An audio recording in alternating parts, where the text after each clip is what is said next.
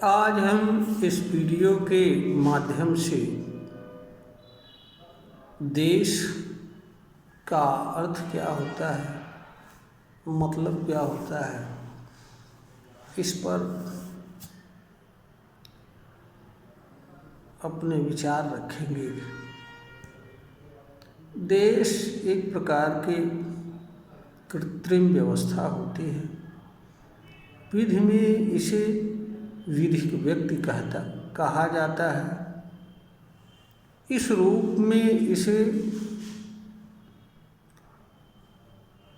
दूसरों के खिलाफ मुकदमा दाखिल करने तथा इसके खिलाफ मुकदमा दाखिल किया जा सकता है।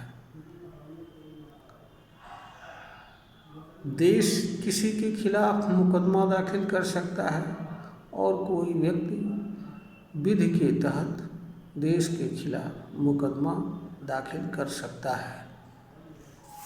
विधिक व्यक्ति इसलिए कि यह कहा जाता है क्योंकि इसका अपना कोई दिमाग नहीं होता है, बुद्धि नहीं होता है।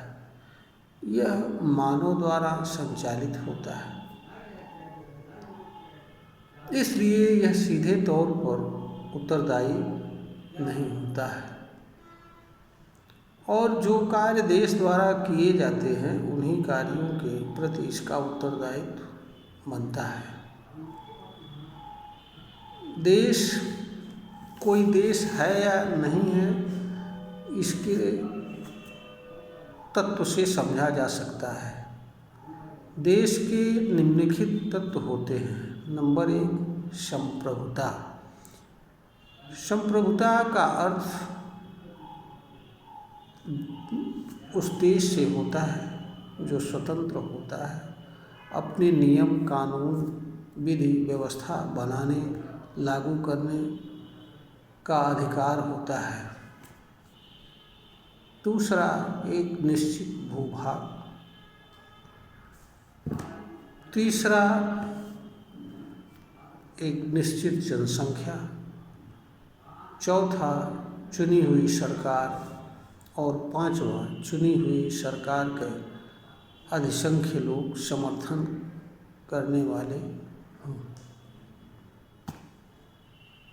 इस दृष्टि से देखा जाए तो भारत, हमारा देश सारे तत्वों को पूरा करता है और यह एक देश है।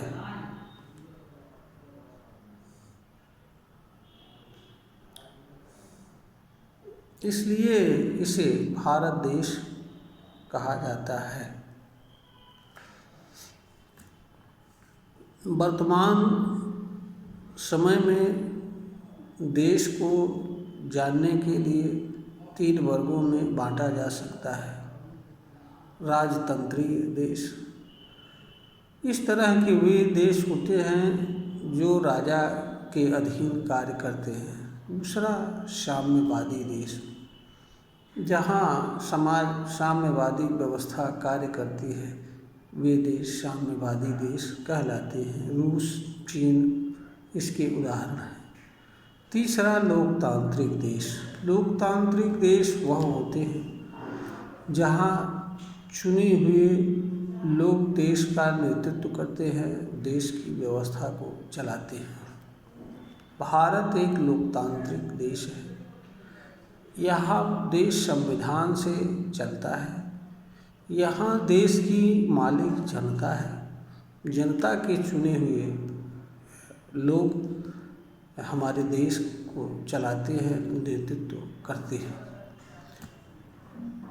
वास्तव में देश जनता के सामूहिक रूप से किए जाने वाले कार्यों का साधन होता है। जनता इसके माध्यम से अपने सामूहिक रूप से किए जाने वाले कार्य को संपन्न करती है। इसके लिए जनता अपने में से प्रतिनिधियों का चुनाव करती है और जो जनता के चुने हुए प्रतिनिधि होते हैं वही देश को चलाते हैं। देश एक तरह से मानव द्वारा मानव के लिए निर्मित व्यवस्था होती है और लोकतंत्र भी जनता के लिए जनता के माध्यम से कार्य करने वाली शासन व्यवस्था होती है। देश का और लोकतंत्र का अपना कोई कार्य नहीं होता है, यह दोनों देश की जनता के लिए कार्य करते हैं। देश का मुख्य कार्य जो है प्रशासन, न्याय, सुरक्षा प्रदान करना।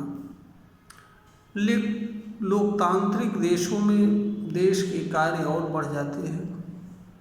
यहाँ पर जनता से जुड़े अधिकार एवं हितों की रक्षा करना तो देश का कार्य होता है। इसके अलावा जनता के भौतिक विकास से जुड़ी मूलभूत चीज़ें भी जनता को उपलब्ध कराना देश का कार्य होता है। मूलभूत चीज़ें 3 प्राथमिक होती हैं जिन्हें हर देश को करना होता है। न्याय, सुरक्षा और प्रशासन। इसके अलावा जो द्वितीयक होता है शिक्षा, स्वास्थ्य और रोजगार तथा रोजगार के अवसरों का सृजन। और चौथा होता है गृह।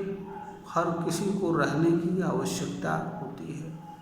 अगर कोई गरीब घर नहीं बना पा रहा है तो घर की व्यवस्था या अन्य जन कल्याणकारी कार्य भी मूलभूत चीज़ों में आते हैं।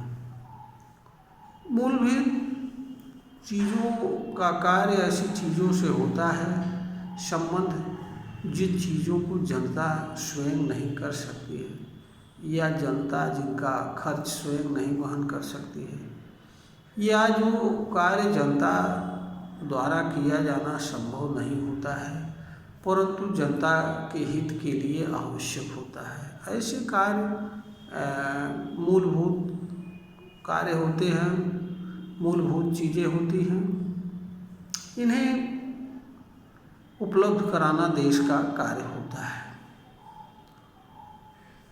यह हमारे देश का दुर्भाग्य है कि हमारे देश की राजनीति में जनता के अधिकार एवं हित तथा उससे संबंध रखने वाली मूलभूत चीज़ों पर देश की राजनीति नहीं केंद्रित करती है और न ही ये चीज़ें राजनीति का विषय वस्तु बन पाती हैं।